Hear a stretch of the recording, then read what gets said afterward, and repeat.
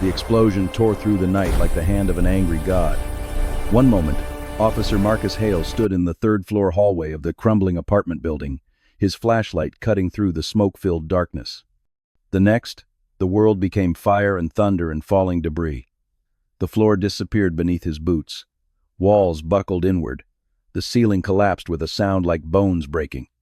Mark had exactly 1 second to shout, "Titan, out!" before 6 feet of concrete, steel rebar, and shattered brick swallowed him whole. The darkness that followed was absolute, total, suffocating. Mark couldn't see his own hand, couldn't move his legs, could barely draw breath through the dust that clogged his nose and mouth. Something heavy pressed against his chest, something sharper dug into his lower back. His left leg was pinned beneath what felt like half the building. Pain screamed through his nervous system in waves that made his vision blur with stars even in the pitch black. He tried to call out but managed only a wet cough. Dust and grit filled his throat. His ribs felt wrong, cracked, maybe broken. Every breath was agony. The air was thick, unbreathable, hot from fires he couldn't see but could smell burning somewhere in the rubble above him.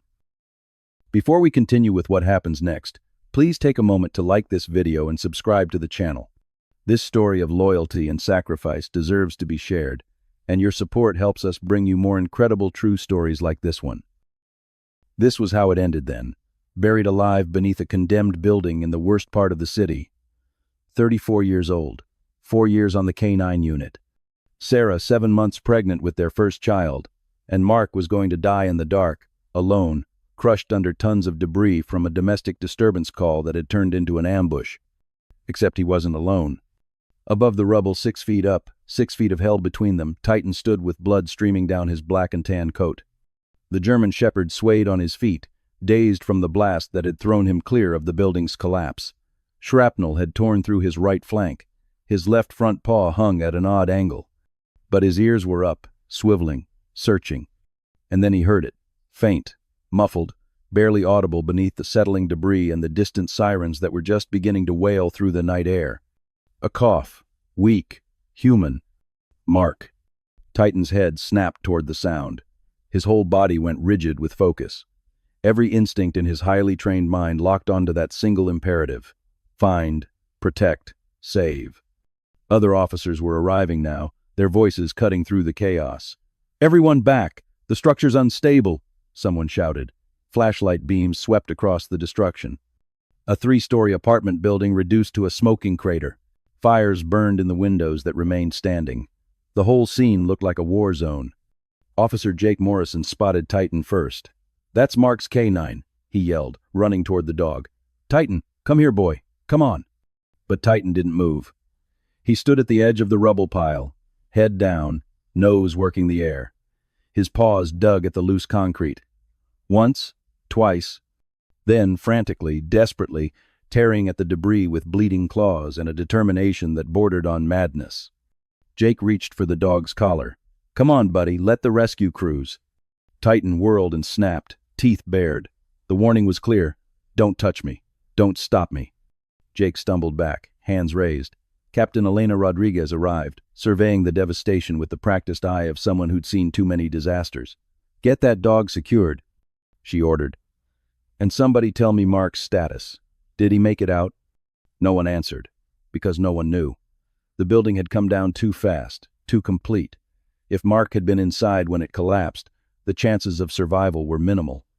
But Titan kept digging, kept searching, kept refusing every attempt to pull him away from the rubble pile. Beneath 6 feet of darkness, Mark heard the barking. Faint, distant, but unmistakably Titan. His partner hadn't left him, hadn't given up. Even injured, even in danger, the dog was searching. Mark closed his eyes and tried to hold on. Just a little longer, just long enough for Titan to find him. If anyone could, it would be that dog, that loyal, stubborn, incredible dog who loved him more than life itself. 3 hours earlier, Mark had been sitting in his patrol car outside the precinct, running through the evening briefing notes while Titan dozed in the back seat. It was supposed to be a quiet Tuesday night. Domestic disturbance calls rarely escalated into anything serious. Check on the welfare of the residents, de-escalate any tensions, file a report, standard procedure. Nothing that required body armor or backup units. The address was in the Riverside district, a neighborhood that had been declining for years. Boarded-up storefronts, graffiti-covered walls, apartment buildings with more broken windows than intact ones. Not the worst part of the city, but getting there. The kind of place where people minded their own business and didn't call the police unless absolutely necessary. Which should have been Mark's first warning sign. The call had come in at 8:47 that evening. Female caller, voice distressed, claiming her boyfriend was armed and threatening violence. She gave the address 3rd floor, apartment 308, and then the line went dead. Dispatch tried calling back twice. No answer. Mark pulled up to the building at 9:23. The structure was 3 stories of faded brick and peeling paint, most of the windows dark. A condemned notice was posted on the front door, but that didn't mean much in this neighborhood. Plenty of squatters made homes in buildings the city had officially abandoned. He keyed his radio. Unit 7-3 arriving on scene. Building appears vacant. Proceeding with wellness check. Titan was already awake in the back seat, alert and focused. 4 years they'd been partners. 4 years of raids, searches, pursuits, and long, quiet nights on patrol. The German Shepherd knew the routine better than most human officers. When Mark opened the rear door, Titan jumped out and immediately went to heel position, awaiting commands. "Easy, boy," Mark said, scanning the building's exterior. Something felt wrong. The windows were too dark, the street too empty. Even the usual sounds of the city seemed muted here, as if the neighborhood itself was holding its breath. They entered through the front entrance, the door hanging crooked on broken hinges. The interior was worse than the outside trash littering the hallway, walls stripped of anything valuable, the smell of mold and decay thick in the stale air. Mark's flashlight beam cut through the darkness, revealing graffiti and water damage and the detritus of forgotten lives. The stairs creaked under his weight. Titan climbed ahead of him, nose working the air, reading scents Mark couldn't perceive. At the 2nd floor landing, the dog paused, ears forward. Mark felt his hand drift toward his service weapon, training and instinct aligning in a moment of pure readiness. But the 2nd floor was empty. They continued up. The 3rd floor was darker than the others, the windows on this level completely boarded over. Mark's flashlight swept across the hallway. Apartment 308 was at the far end, its door closed. No light showed beneath it. No sound came from within. Mark approached carefully, Titan at his side. He knocked. "Police. Welfare check. Is anyone inside?" Silence. He tried the door. Unlocked. It swung inward on rusty hinges, revealing a space that looked like it hadn't been occupied in years. Empty rooms, exposed wiring, more graffiti, no furniture. No signs of life. No distressed girlfriend. No armed boyfriend. Nothing but abandonment and decay. "Dispatch. This is Unit 7-3, Mark said into his radio. "Apartment 308 is vacant. Possible prank call or wrong address. I'm going to—" The explosion came from below, a massive detonation that shook the entire structure. Mark felt the floor tilt, heard the groan of stressed metal and failing concrete. He had maybe 2 seconds to process what was happening. Ambush, trap, remotely detonated device, before the building began its catastrophic collapse. He shouted for Titan to run, managed 3 stumbling steps toward the stairs before the floor opened up beneath him like the mouth of hell. Then darkness, impact, pain, and the crushing weight of 6 feet of rubble burying him alive. Mark woke to darkness so complete it felt like drowning. He tried to move and couldn't. Tried to breathe and barely managed a shallow gasp that sent needles of pain through his chest. His legs were pinned beneath something impossibly heavy. His left arm was trapped at an awkward angle. Only his right arm had any freedom of movement, and even that was limited to a few inches in any direction. The air was thick with dust that coated his tongue and burned his lungs. Each breath tasted like concrete and blood. His nose was bleeding, he realized, or maybe his mouth. It was impossible to tell in the absolute darkness. Everything hurt. Everything was wrong. The weight pressing down on him was crushing his pelvis, grinding his spine into the debris beneath him. He tried to call out but managed only a weak croak. Dust and grit filled his throat, triggering a coughing fit that sent fresh waves of agony through his broken ribs. Something warm and wet spread across his lower back. Blood, probably. He couldn't tell how much. Couldn't assess the damage. Could only lie there in the suffocating darkness and try not to panic. This was Rex all over again. 3 years ago. A different disaster, a different failure. Mark had been young then, cocky, convinced he could handle any situation. His first K9 partner had been a Belgian Malinois named Rex, brilliant and fearless, and completely devoted to Mark. They'd responded to an active shooter situation in a shopping mall. Mark had made a call, sent Rex around the back while he approached from the front. The shooter had doubled back. Rex had tried to protect him. The dog had died before the paramedics even arrived. Mark had blamed himself ever since. Should have waited for backup. Should have kept Rex at his side. Should have been faster, smarter, better.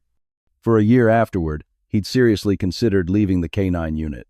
Couldn't bear the thought of bonding with another dog. Couldn't risk loving something he might fail to protect again. But then Titan had come into his life. A 2-year-old German shepherd with intelligent eyes and a gentle temperament that masked incredible courage. The trainers said Titan was special. Top of his class in scent work, obedience, and bite work. But what made him truly exceptional was his bond with his handler. Titan didn't just follow commands. He understood them, anticipated them, became an extension of Mark's will in a way Rex never had. 4 years they'd worked together. 4 years of trusting each other completely. And now Mark was going to die in the darkness, and Titan would be alone again, would have to watch another handler die because Mark had been too stupid to recognize an obvious trap. Sarah's face swam through his mind. His wife, 7 months pregnant with their first child. They'd argued that morning about baby names. She wanted Ethan. He preferred Michael. Such a stupid thing to argue about. Such a meaningless disagreement that now felt unbearably precious. She was going to get the call tonight. Officer down. Killed in the line of duty. Would they tell her he'd been buried alive? Or would they soften it somehow, make it sound quick and painless? Sarah was strong, but not that strong. Not while carrying their child. The stress could trigger early labor, could endanger both of them. Mark tried to move again, desperate now, fighting the weight that held him prisoner. His trapped hands scrabbled at the debris, finding only concrete and twisted metal. His fingers were going numb. The cold was setting in, his body's heat leaching into the rubble around him. Hypothermia would kill him before suffocation did if he didn't get out soon. Above him, muffled by 6 feet of destruction, he heard barking, frantic, desperate, unmistakably Titan. His partner was alive, was searching for him. Against all odds, against all reason, Titan was up there, refusing to give up. Mark closed his eyes and tried to conserve his strength. Help was coming. It had to be. Titan would make sure of it. He just had to stay alive long enough to be found. The emergency response was massive and immediate. Within 20 minutes of the explosion, the site was swarming with fire trucks, ambulances, police units, and search and rescue teams. Captain Elena Rodriguez stood at the perimeter, coordinating the chaos with practiced efficiency. The building was a total loss. 3 stories reduced to a smoking pile of rubble. If anyone had been inside when it collapsed, the survival chances were minimal. But Jake Morrison wouldn't accept that. He'd been Mark's best friend since the academy, had been best man at his wedding, was supposed to be godfather to the baby when it arrived. Jake pushed through the crowd of emergency personnel until he reached the rubble pile where Titan still stood, still digging, still refusing every attempt to move him. "That dog's going to hurt himself," one of the firefighters said, watching Titan tear at the debris with bleeding paws. "We need to get him secured before he causes a secondary collapse." Jake shook his head. "He knows where Mark is. Look at him. He's not just digging randomly." It was true. Titan's behavior was focused, deliberate. The German shepherd would dig for a few moments, then stop and press his nose against the rubble, reading scents imperceptible to human senses. Then he'd adjust position slightly and dig again, each excavation moving in a specific direction with absolute certainty. When the veterinary team tried to approach with a tranquilizer, Titan turned on them with bared teeth and a growl that stopped them in their tracks. Blood matted his black and tan coat. His right flank was torn open, shrapnel embedded in the muscle. His left front paw was definitely broken, the joint swollen and misshapen. But he wouldn't stop, wouldn't let anyone near him, wouldn't abandon his search. Captain Rodriguez made her way to Jake's position. "Morrison, can you control that dog? The rescue crews can't work safely with him, attacking everyone who gets close." "He's not attacking," Jake replied. "He's protecting Mark's position. Watch him. Every time someone gets too close to that specific area, Titan warns them off. He's marking the location." The captain studied the scene with new eyes. She'd been in command for 15 years, had seen plenty of canine operations, knew these dogs were trained to be relentless in their searches. But she'd never seen anything like this. Titan was operating on pure instinct and love, ignoring his own critical injuries to focus entirely on finding his handler. "How long can he keep this up?" she asked quietly. Jake watched Titan dig through another layer of concrete, the dog's movements becoming slower, more labored.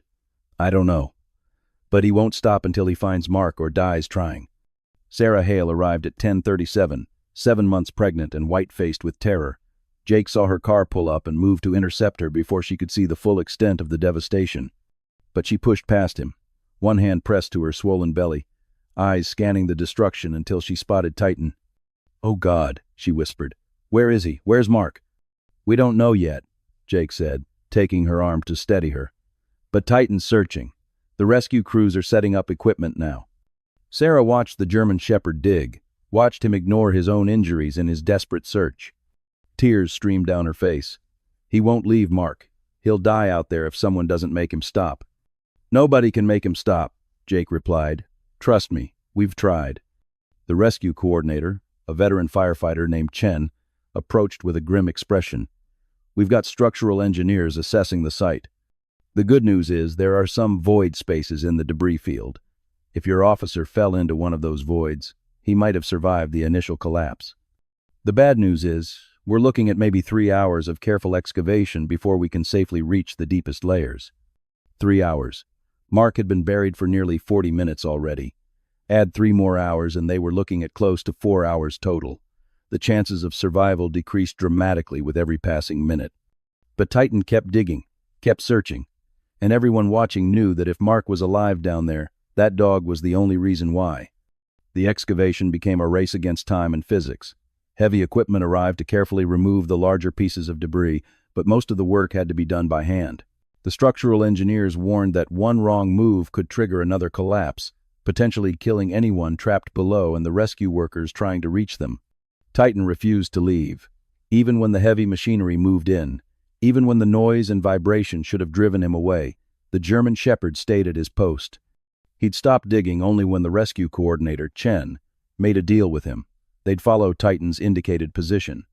The dog could watch, but he had to stay back from the active excavation site. Somehow, impossibly, Titan seemed to understand. He retreated 10 feet and sat, body trembling with exhaustion and pain, but his eyes never left the spot where his paws had been digging for the past 2 hours. Beneath the rubble, Mark drifted in and out of consciousness. The cold had become unbearable, his body temperature dropping into dangerous territory. Hypothermia was setting in. His thoughts became sluggish, confused.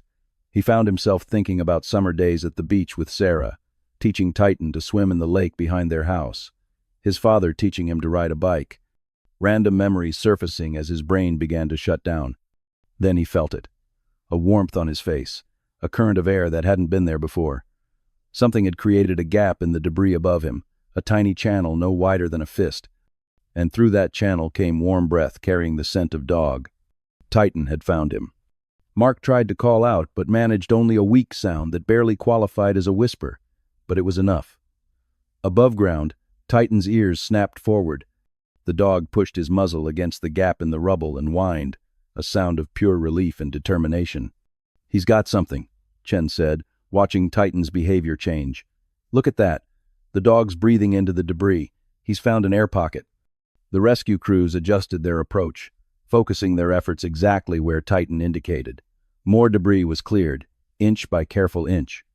The risk of collapse was constant, but Chen and his team worked with the precision of surgeons, assessing each piece before removing it, constantly monitoring for signs of instability. Sarah stood at the perimeter with Jake, both of them watching the agonizingly slow progress. She'd been there for 4 hours now.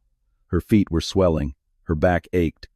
The baby was moving restlessly inside her, as if sensing her distress. Jake had tried repeatedly to convince her to sit in one of the ambulances, to rest, but she refused.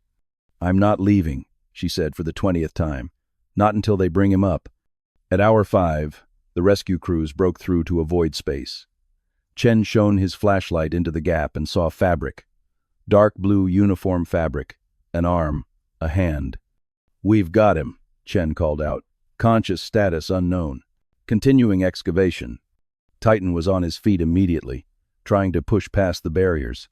Jake had to physically restrain the dog, wrapping his arms around Titan's chest while the German shepherd struggled and whined. "Easy, boy. Let them work. They've found him. They'll get him out." The final hour of excavation felt like a lifetime. Every piece of debris had to be assessed, stabilized, removed. Mark's position was precarious. He was wedged between a concrete slab and a section of collapsed wall. One wrong move could crush him. The rescue workers proceeded with excruciating caution. Finally, at 3:17 in the morning, 6 hours and 30 minutes after the explosion, they cleared enough debris to reach Mark's position. Paramedics moved in immediately, assessing vitals, establishing an airway, preparing him for extraction. Mark's eyes fluttered open. The first thing he saw was light, flashlight beams cutting through the darkness that had been his tomb. The first thing he heard was barking. Frantic, joyful, desperate barking that could only be Titan. The first thing he whispered was his partner's name, then Sarah's. Then he passed out as the paramedics began the delicate process of freeing him from the rubble that had been his prison. They brought Mark up in pieces, first stabilizing his neck and spine, then carefully maneuvering his upper body through the gap in the debris, then the agonizing extraction of his crushed lower half. The moment his face emerged into the cool night air, Titan broke free from Jake's grip and rushed forward. The German shepherd reached Mark's side just as paramedics were transferring him to a backboard, and for one brief moment, their eyes met. Mark's hand, the one that wasn't immobilized, reached out and touched Titan's muzzle. The dog licked his fingers, tail wagging frantically despite his injuries. Then Mark's eyes rolled back and he lost consciousness again as the pain overwhelmed his system. "We need to move now," the lead paramedic said. "His blood pressure's dropping. Possible internal bleeding. We've got crushed pelvis, multiple fractures, severe hypothermia. Get him loaded." They rushed Mark toward the waiting ambulance.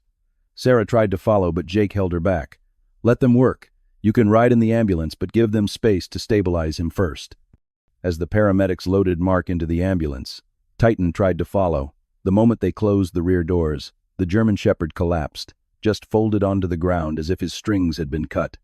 He'd held on through 6 hours of searching, had ignored catastrophic injuries to focus entirely on finding Mark. Now that his handler was safe, his body simply gave out. "Get the vet team over here now," Jake shouted, dropping to his knees beside the fallen dog. Titan's breathing was shallow, labored.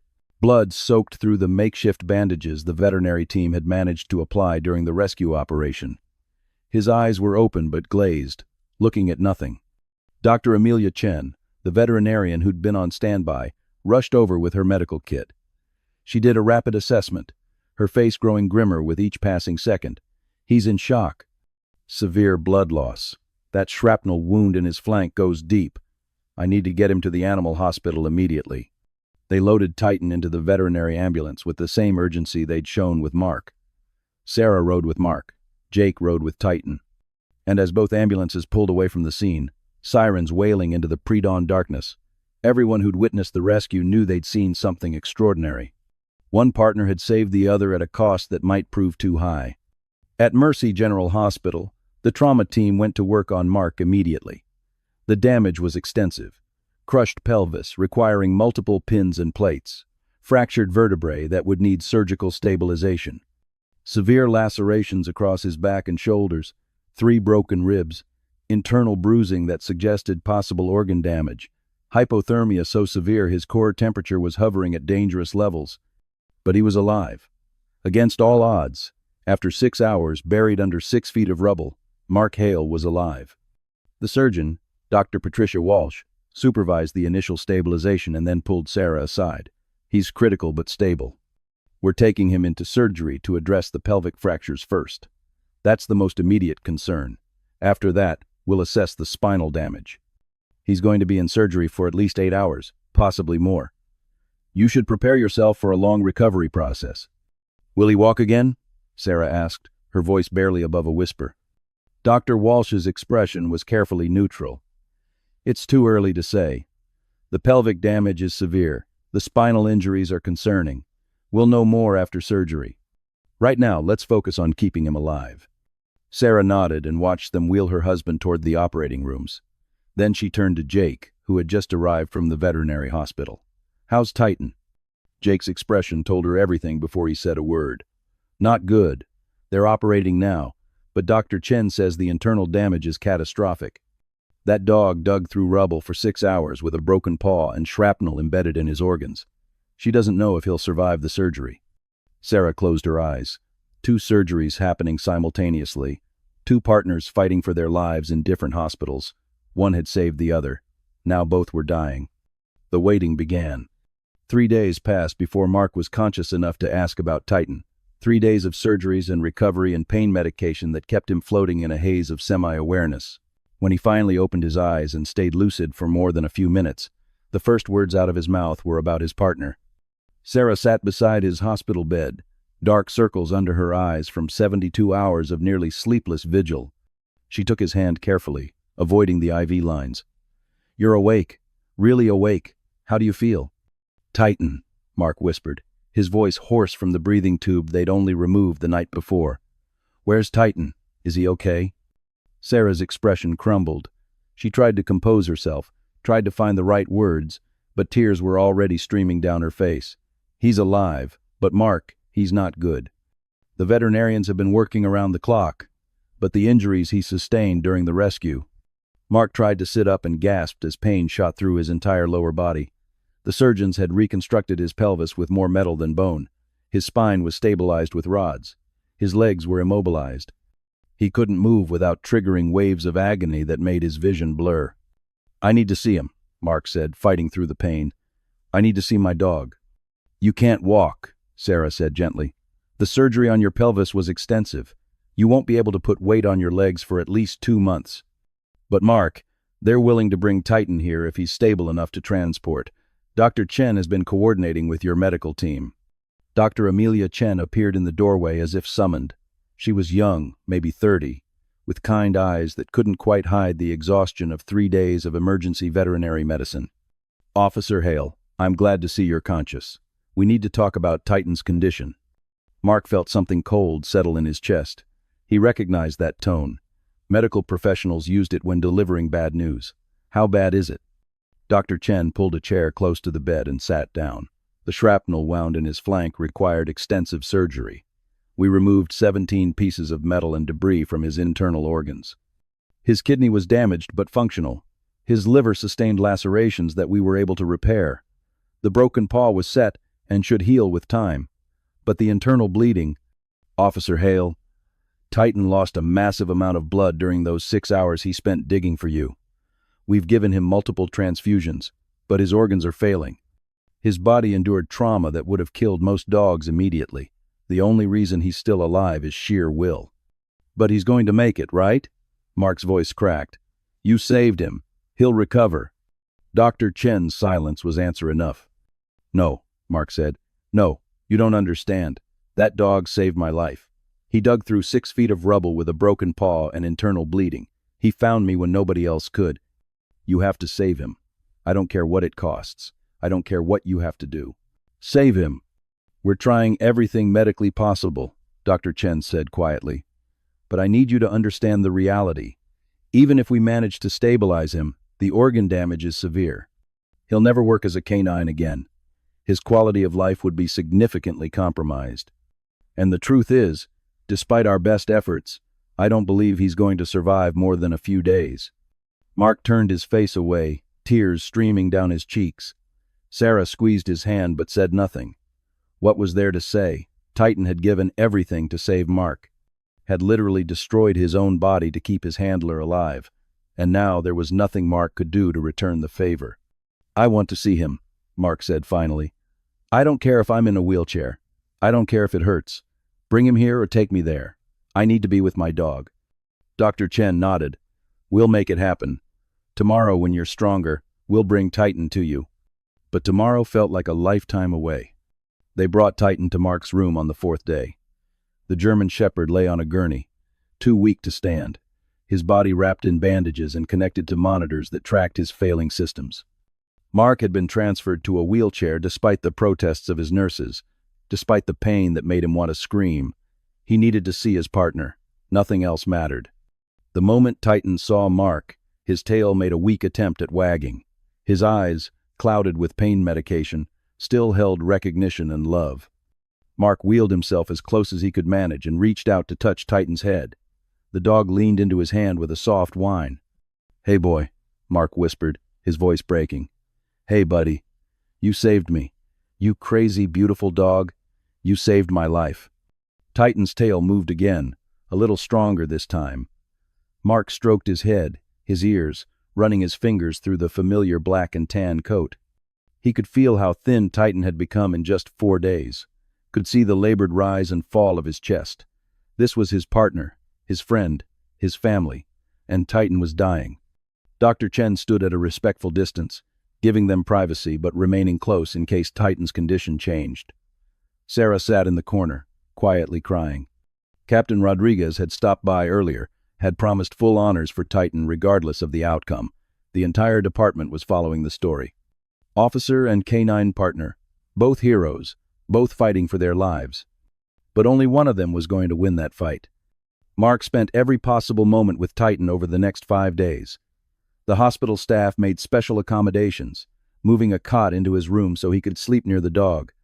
Physical therapy was adjusted to allow Mark to remain close to Titan during recovery exercises. Sarah brought meals that went mostly untouched. Mark couldn't eat, could barely sleep, could only watch his partner's condition slowly deteriorate despite aggressive medical intervention.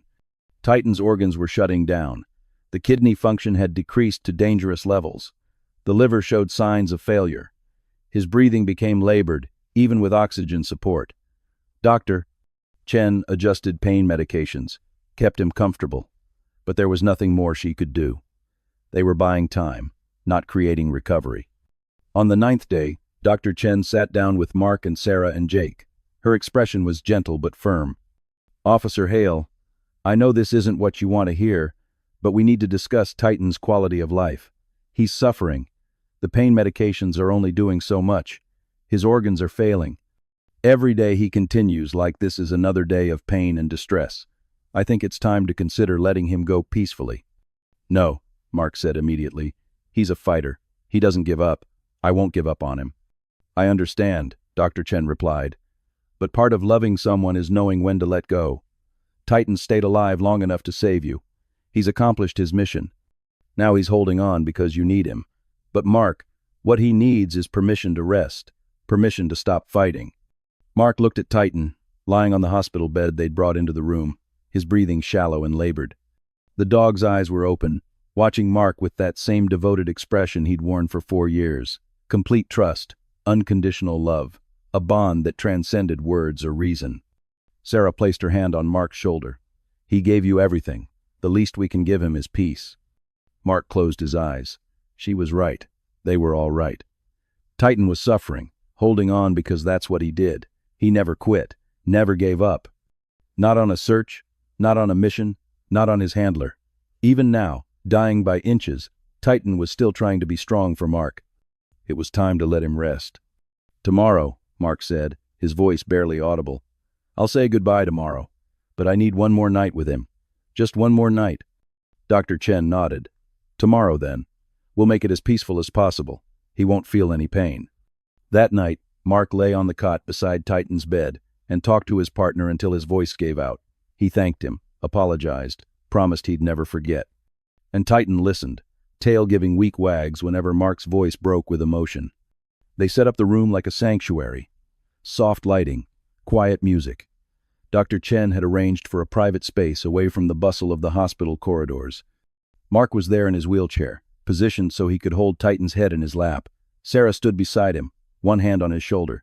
Jake Morrison was present, along with Captain Rodriguez. Everyone who mattered. Everyone who loved this brave dog. Titan lay on soft blankets, his breathing labored but steady. He seemed calmer today, as if he understood what was coming and had made his peace with it. His eyes, despite the pain medication, were alert and focused on Mark. Dr. Chen explained the process quietly. 2 injections. The first would make him sleep. The second would stop his heart peacefully. He wouldn't feel pain, wouldn't suffer, would simply drift away, surrounded by love. Mark couldn't stop crying. He tried to compose himself, tried to be strong for Titan's sake, but the tears came anyway. 4 years. 4 years of partnership, friendship, unwavering loyalty. And now he had to say goodbye. "You're the best partner I ever had," Mark whispered, stroking Titan's ears. "The best dog, the best friend. You saved my life, Titan. You gave everything to save me. I don't know how I'm supposed to go on without you, but I promise I'll try. I promise I'll make your sacrifice mean something." Titan's tail gave a weak wag. His eyes never left Mark's face. Sarah leaned down and kissed the top of Titan's head. "Thank you for bringing him back to me. Thank you for our family. We're going to name the baby after you. Did you know that? Our son is going to be Titan Mark Hale. Your name, your legacy." Jake Morrison knelt beside the blankets and scratched behind Titan's ears. "You were a hell of a cop, buddy. The best of us. Rest easy now. You've earned it." Captain Rodriguez, normally stoic and professional, had tears streaming down her face. "The department will never forget you, Titan. Full honors. I promise you that." Dr. Chen gave them all the time they needed, waiting patiently until Mark nodded that he was ready. She knelt beside Titan and administered the first injection. Within seconds, Titan's eyes began to droop. His body relaxed. The labored breathing eased. He looked peaceful for the first time in days. "Good boy," Mark whispered. "Such a good boy. You can rest now. You don't have to hold on anymore. I'll be okay. Sarah will take care of me. The baby will be okay. You did your job, Titan. You can let go." Titan took a deep breath, let it out slowly, and closed his eyes. Dr. Chen waited 30 seconds, then administered the second injection. Mark held Titan's head, feeling the slight movement as the dog took his last breath. Felt the moment when the body relaxed completely. Felt the absence of life, where moments before there had been such fierce vitality. Titan was gone. Mark broke down completely, collapsing forward to press his face against Titan's still warm body, sobbing with a grief that came from somewhere deep and primal. Sarah wrapped her arms around him. Jake had to leave the room, unable to watch his best friend's heart breaking. Captain Rodriguez wiped her eyes and quietly excused herself. Dr. Chen stayed until Mark's crying had subsided to quiet tears. Then she spoke gently. "Take as long as you need. There's no rush. He's at peace now." Mark stayed with Titan's body for 2 hours, just holding him, memorizing the weight and warmth that would soon fade. Eventually, Sarah convinced him to let the veterinary staff take Titan away. They would prepare him for the funeral. Full honors, as promised. A ceremony worthy of a hero. But for now, in this quiet room, Mark said a final goodbye to the partner who had loved him enough to die for him, and he wondered how anyone was supposed to recover from that kind of loss. The funeral took place 2 weeks later at the Police Memorial Cemetery on a day when the autumn sky was impossibly blue.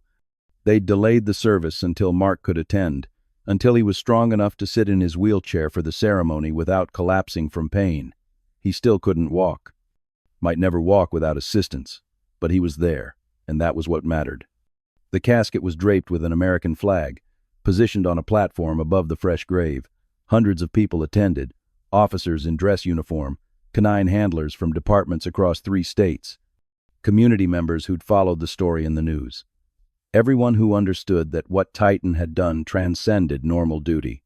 His sacrifice had been total, absolute, the purest form of love imaginable. An honor guard stood at attention. Bagpipes played a mournful melody that carried across the manicured grounds.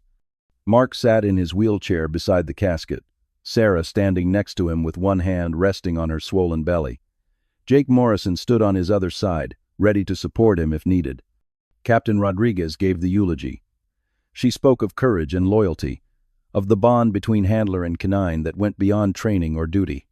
She spoke of Titan's service record, the searches he'd conducted, the suspects he'd helped apprehend, the lives he'd touched. But mostly, she spoke of his final act, the 6 hours he'd spent digging through rubble to save his handler, sacrificing his own life to preserve Mark's. When it was Mark's turn to speak, Jake wheeled him forward to face the crowd.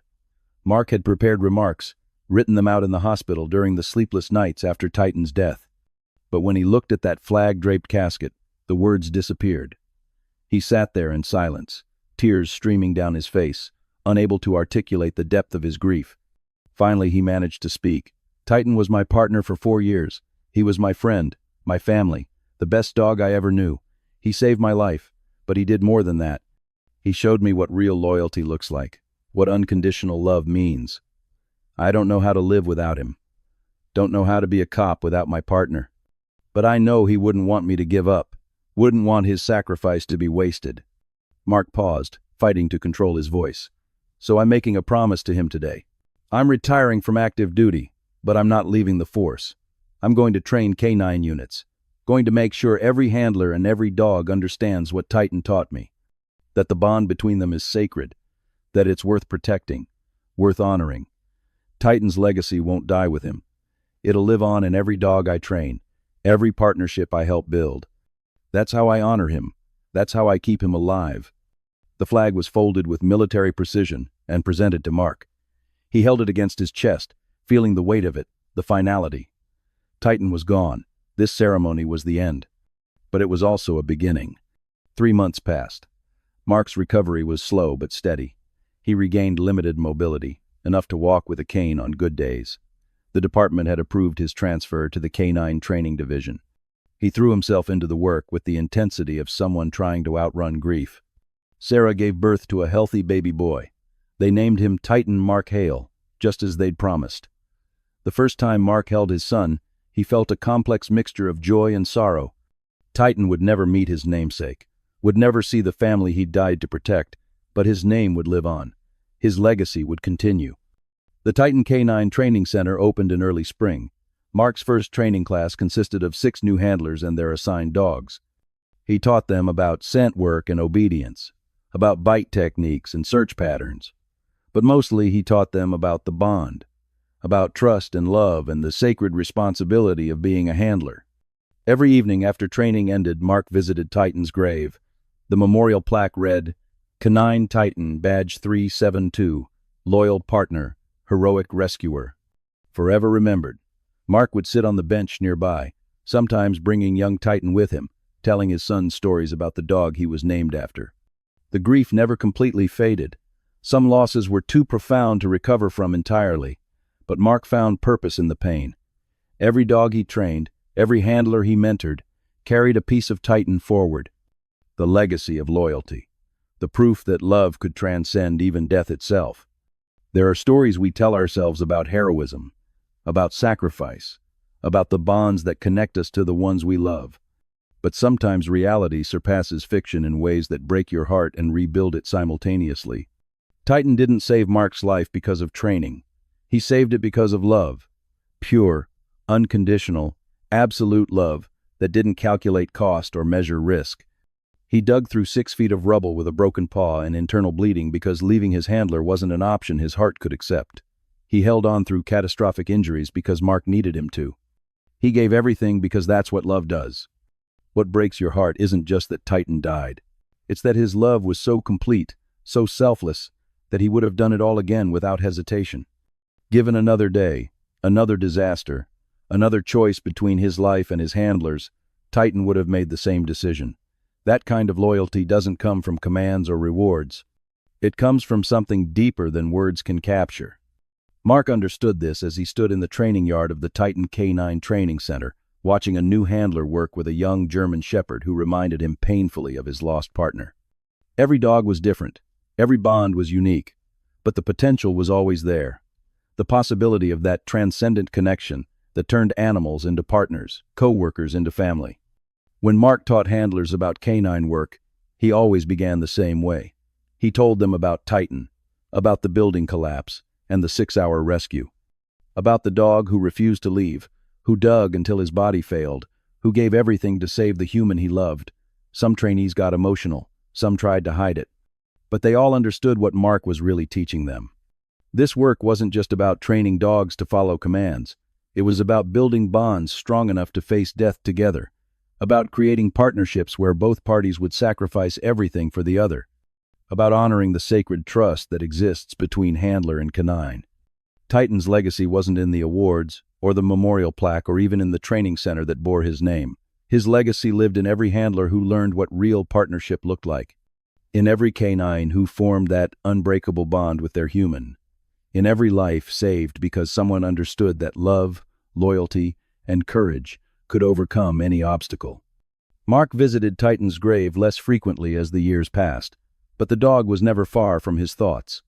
Every time a handler graduated from his program, every time a canine made a successful rescue, every time young Titan asked about the dog he was named after, Mark felt Titan's presence. Some sacrifices are too great to repay. You can only honor them, remember them, let them change you. Titan changed Mark completely, taught him that the deepest form of love doesn't ask what it will cost. It only asks what it can give. And in giving everything, Titan had left behind something that would never die, a legacy of loyalty, a testament to love, a reminder that the bonds we forge in service, in danger, in devotion, are the ones that truly matter, the ones that last forever. If this story of unwavering loyalty and sacrifice touched your heart, please subscribe to our channel and share this video with others. Titan's legacy lives on when stories like his are remembered and shared. Help us honor the heroes, both human and canine, who give everything in service to others. Thank you for watching, and we'll see you in the next story.